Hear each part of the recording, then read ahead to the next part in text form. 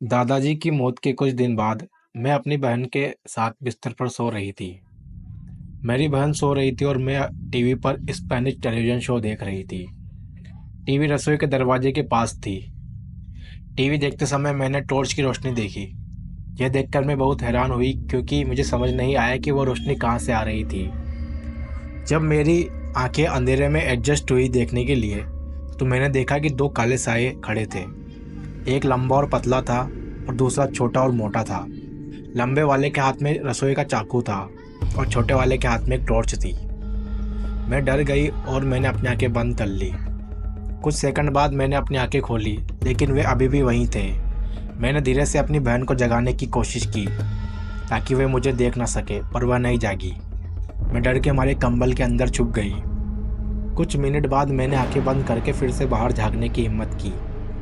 जब मैंने आंखें खोली तो वे दोनों मेरे करीब आ गए थे। वे बहुत डरावने दिख रहे थे।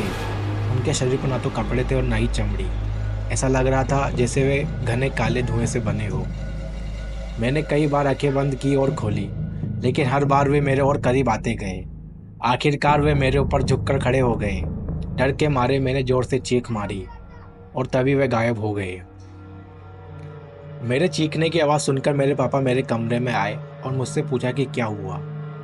मैंने उन्हें बताया कि मैंने दो काले साए देखे थे जो मुझे मारने की कोशिश कर रहे थे। पापा ने कहा यह सिर्फ एक सपना था, लेकिन मैंने रसोई के दरवाजे के पास टॉर्च की रोशनी देखी और पापा से पूछा, क्या आपको वह रोशनी दिख रही है? पापा ने कहा कि उन्होंने कुछ नहीं देखा और फिर हमें अपने कमरे में सुला दिया। सुबह जब मैं उठी तो मेरे गाल पर तीन अजीब से निशान थे जो मैंने पहले कभी नहीं देखे थे। जिस कमरे में मैं सो रही थी, वहीं मेरे दादाजी की मौत हुई थी।